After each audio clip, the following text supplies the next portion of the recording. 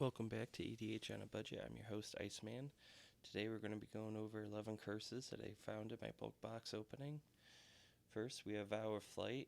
It is technically not a curse because it doesn't have the subtype curse, but it acts as a curse in that when an enchanted creature gets +2/+2, has flying, and can't attack you or planeswalker you control.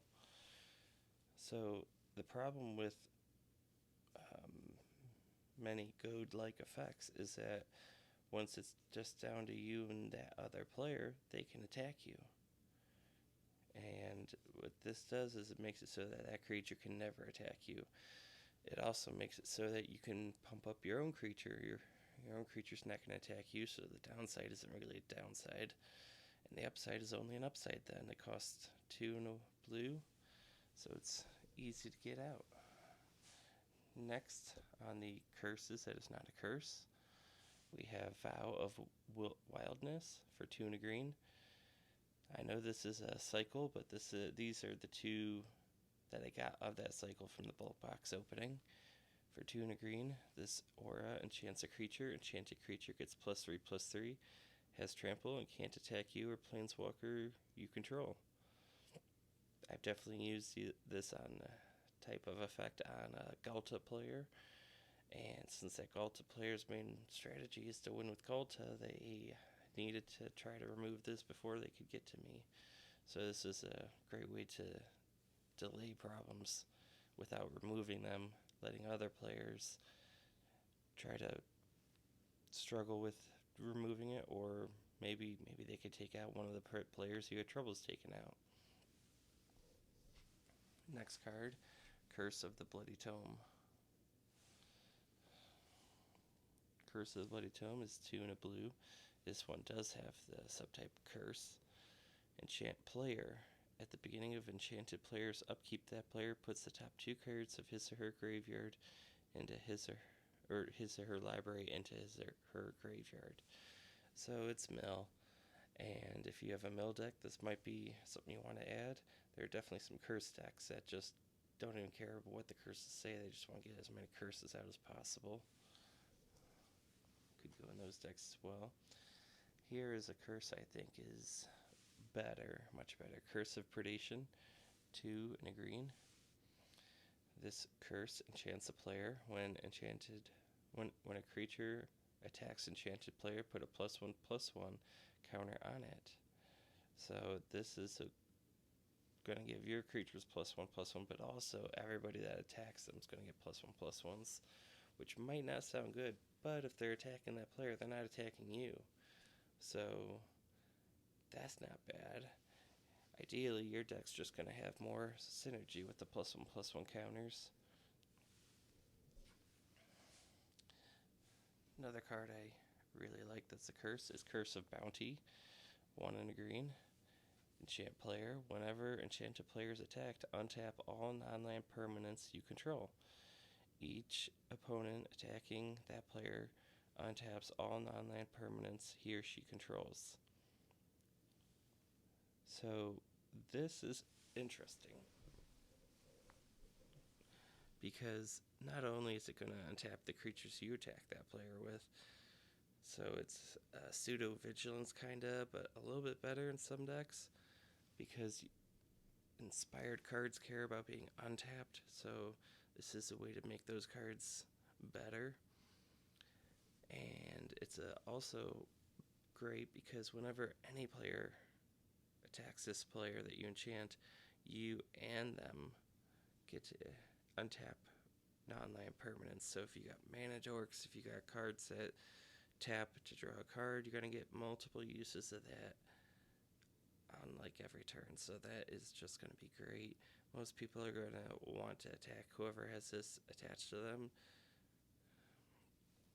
which is kind of the purpose. And for only 1 and a green, it's going to come down early, and that's exactly what you want. Next on the curses is Curse of Shallow Graves. Enchant player for 2 and a black. Whenever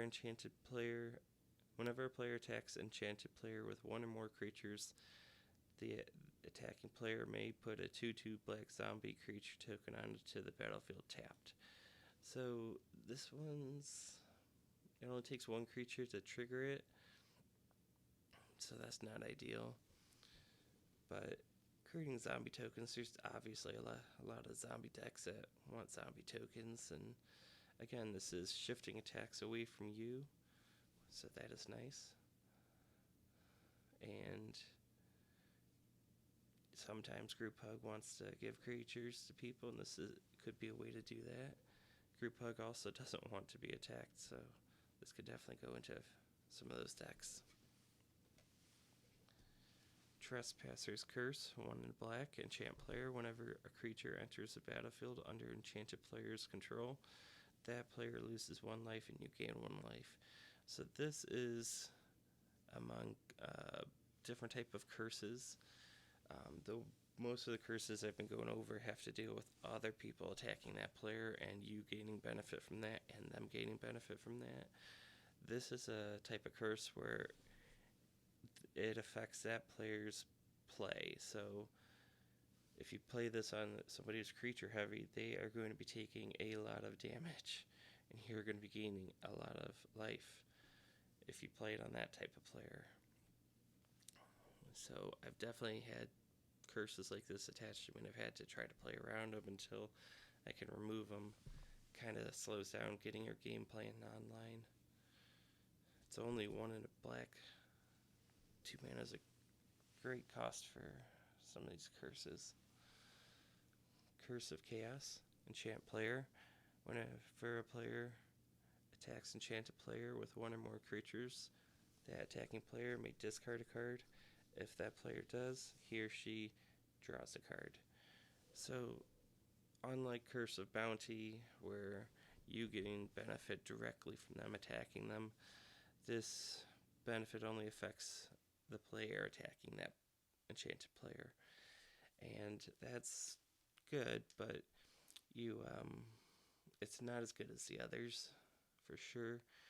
But again, the purpose of these curses are to get other people to attack them and not you. 2 in a red. Alright, next is one of my favorite curses. I play this in pretty much as many blue decks as I can. Curse of Verbosity, 2 in a blue. Enchant. It's an aura curse again. Enchant player. Whenever enchanted player is attacked, draw a card. Each opponent attacking that player does the same. So, in 1 turn cycle, if you and everybody else swung at least one creature at this player, then you will draw 3 cards. 2 of the 3 opponents will draw 1 card each, and the person you enchanted will draw nothing, obviously, because they can't attack themselves. So you draw 3, and the table draws at most 2. Overall, you're drawing the most cards. And what I like most about this card is you pay mana, and you're just going to keep drawing cards throughout the game. You don't have to add more mana, you don't have to tap a creature, you don't have to pay life, nothing. You're just going to draw cards, and nicely enough, the opponent's creatures are going to go towards that player, because who doesn't want to draw a card? Now again, it doesn't have to be all their creatures, but even taking 1 creature off from attacking you and attacking somebody else is going to be quite advantageous for you. And if they're Voltron deck, that's just even better. Alright, next is Curse of Vitality. Curse of Vitality costs 2 and a white. Enchant player. Whenever enchanted player is attacked, you gain 2 life. Each opponent attacking that player does the same. So again, you're going to gain the most life, but ideally you're going to want this in a life gain deck that takes advantage of you gaining 2 life or gaining life on each turn. This is obviously good in those battle cruiser, lower mid-power decks that wins with combat a lot more often.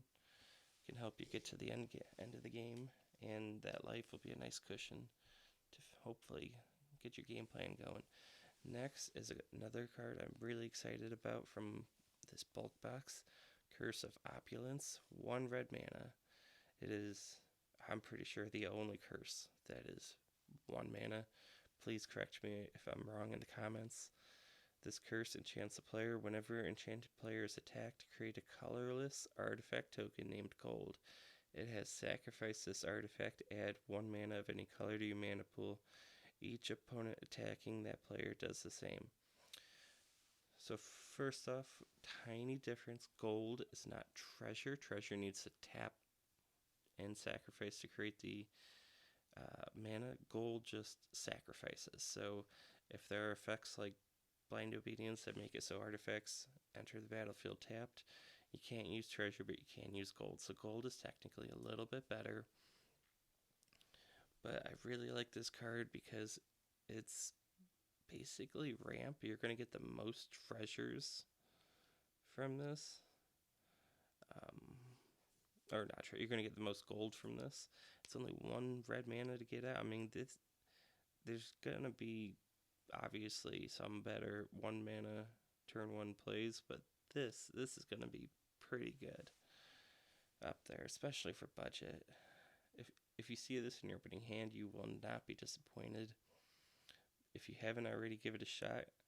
Please give it a shot. Put it in literally any red deck, because this is just going to get your artifacts. It's going to get your mana, and you can use mana in any deck. Obviously, artifact synergies are going to be pretty beneficial. You know, you could be gaining 3 golds per rotation. More if you have extra combat steps or extra turn cards. And that is it for the curse cards from the budget bulk box that I opened up. If you like this, what you saw, please hit the like, share, and subscribe button, and hit us up in the comments. Let us know what you think. Thanks. Bye.